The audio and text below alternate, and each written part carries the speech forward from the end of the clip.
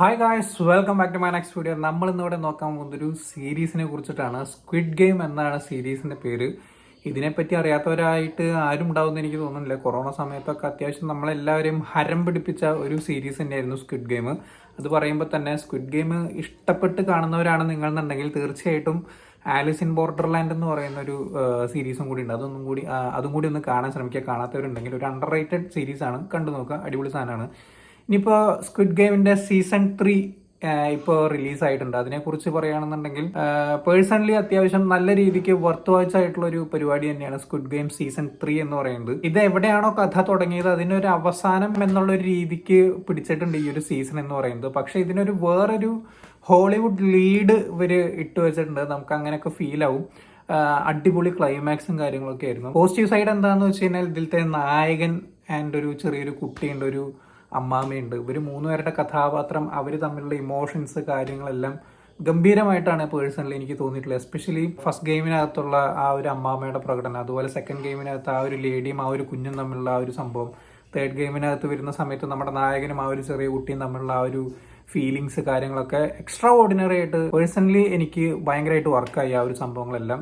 നിങ്ങൾക്കും അത് ഇഷ്ടപ്പെടുന്നതാണ് എനിക്ക് തോന്നുന്നത്. അതുപോലെ തന്നെ ഇവരുടെ മൂന്നുപേരുടെ പെർഫോമൻസും ഭയങ്കര കിടുവായിരുന്നു. കിടു എന്ന് പറഞ്ഞാൽ പോരാ, അതിഗംഭീരം തന്നെ പറയണം. അത്ര രസമായിട്ട് അവർ ചെയ്തു വെച്ചിട്ടുണ്ട്. പിന്നെ നായകനെ അറിയാലോ, ആള് മൂപ്പര് ആദ്യം മുതലേ ചെയ്ത് ഗംഭീരമാക്കി കൊണ്ടുവരുന്ന ഒരു പുള്ളിക്കാരൻ. ആള് ഇതിലും ആസ് യൂഷ്വൽ പൊളിച്ചടുക്കിയിട്ടുണ്ട്. പിന്നെ ഇതിൽ വേസ്റ്റ് ആയിട്ടുള്ള ഒരു 1-2 ക്യാരക്ടറൊക്കെ എനിക്ക് തോന്നിയത് നിങ്ങൾക്ക് ഈ ഒരു സീരീസ് കാണുന്ന സമയത്ത് മനസ്സിലാവും. പിന്നെ അടുത്തൊരു കിടു എക്സ്പീരിയൻസ് എന്ന് പറയുന്നത് ആസ് യൂഷ്വൽ ഇതിന്റെ സെറ്റ് വർക്ക് കാര്യങ്ങളുണ്ടല്ലോ, ഒരു രക്ഷയില്ല. ഞാനിങ്ങനെ എപ്പോഴും മന്ദം വിടാറുണ്ട്. ഈ സ്ക്വിഡ് ഗെയിമിന്റെ എല്ലാ സീസൺ വരുന്ന സമയത്തും കളർഫുൾ ആയിരിക്കും. കളർഫുൾ എന്ന് പറഞ്ഞാൽ ഇത്ര കളർഫുൾ ആയിട്ട് വേറെ സംഭവം ഞാൻ കണ്ടിട്ടില്ല എന്ന് വേണമെങ്കിൽ പറയാം. എക്സെപ്റ്റ് ആലീസ് ഇൻ ബോർഡർലാൻഡ്, ഞാൻ ഇത്തരത്തിലുള്ള ജേണറിലുള്ള സാധനങ്ങൾ അധികം കണ്ടിട്ടില്ല. ഇതുപോലെ തന്നെ ഇതിന്റെ ഒരു കോർ തീമുള്ള ഒരു ഇംഗ്ലീഷ് പടം ഉണ്ട് എന്നൊക്കെ ഞാൻ കേട്ടിട്ടുണ്ടായിരുന്നു. ലക്ക് എന്ന് പറഞ്ഞിട്ടൊരു സിനിമ.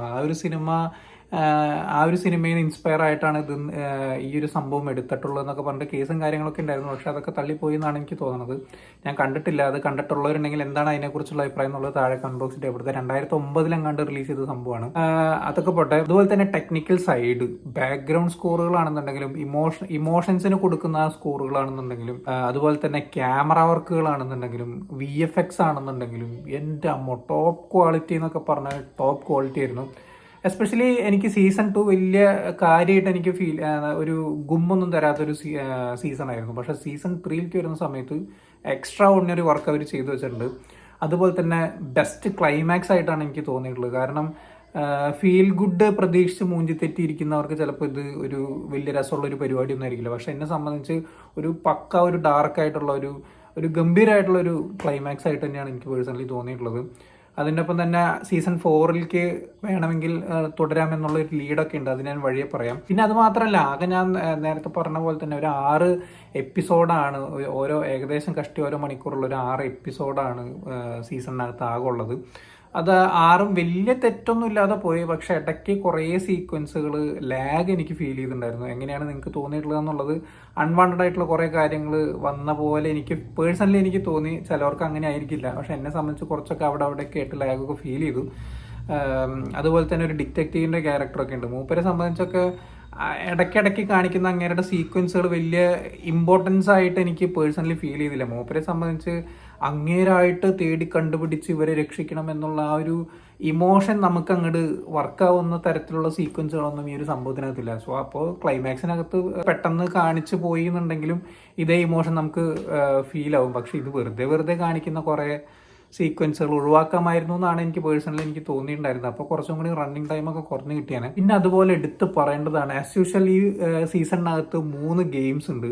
ഈ 3 ഗെയിംസ് എന്ന് പറഞ്ഞു കഴിഞ്ഞാൽ എല്ലാം അടിപൊളിയായിട്ടുണ്ട്. പക്ഷേ എസ്പെഷ്യലി സെക്കൻഡ് ഗെയിം മച്ചാന്മാരെ ഒരു സാധാരണ ഒരു നോർമൽ ഗെയിം, പക്ഷേ ഇതിൻ്റെ മേക്കിംഗ് ഉണ്ടല്ലോ, മേക്കിംഗ് കണ്ടു കഴിഞ്ഞാൽ നമുക്ക് തന്നെ ഒരു ജാതി ഫീൽ അടിക്കും.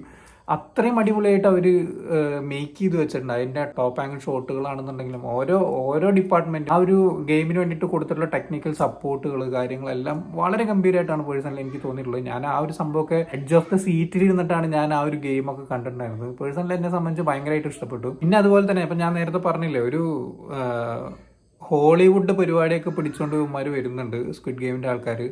അത് ബോളിവുഡിലേക്ക് വരുന്ന സമയത്ത് അത് എടുക്കാൻ പോകുന്നത് നമ്മുടെ സാക്ഷാൽ ഡേവിഡ് ഫിഞ്ചറാണ്.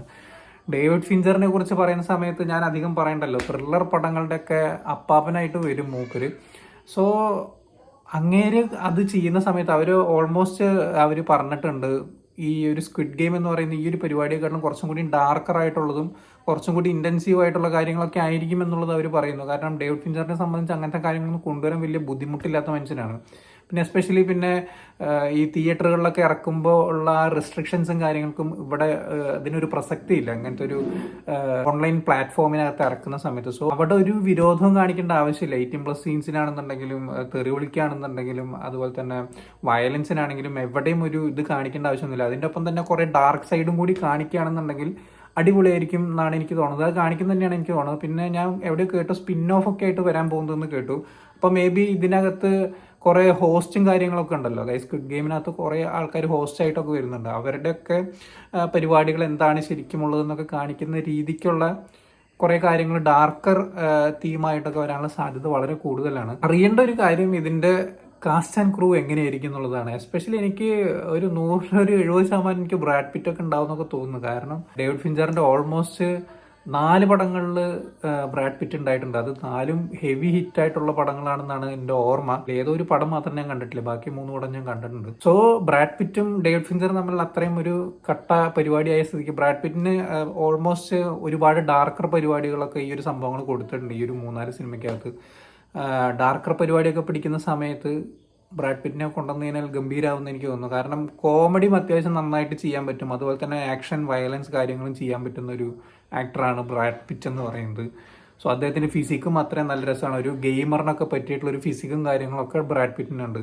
പിന്നെ അതർ ആക്ടേഴ്സൊക്കെ ആരാണ് എന്താണെന്നൊക്കെ അറിയാനുള്ള വലിയൊരു ആകാംക്ഷ എന്നെ സംബന്ധിച്ച് തീർച്ചയായിട്ടും ഉണ്ട്. ബ്രാഡ് പിറ്റ് ഇതിനകത്ത് ഉണ്ടെന്ന് എനിക്ക് ഉറപ്പൊന്നുമില്ല. ഞാൻ എൻ്റെ ഒരു ക്യൂരിയോസിറ്റി അല്ലെങ്കിൽ ആ ഒരു ഇതിനകത്ത് ഞാൻ ആലോചിച്ച് പോകുന്ന ഓരോ കാര്യങ്ങളാണ്. ഉണ്ടെങ്കിൽ അടിപൊളിയാവും. കാരണം അത്രയും ഹ്യൂജ് ഫാൻ ബേസ് ഉള്ള ഒരു നടനാണ് ബ്രാഡ് പിറ്റ് എന്ന് പറയുന്നത്. അദ്ദേഹത്തിൻ്റെ F1 ഒക്കെ റീച്ച് കണ്ടാൽ തന്നെ നിങ്ങൾക്ക് മനസ്സിലാവും. കാരണം ഒരു നോർമൽ സ്റ്റോറിയാണ് F1 എന്നൊക്കെ പറയുന്ന ഈ ഒരു പടം.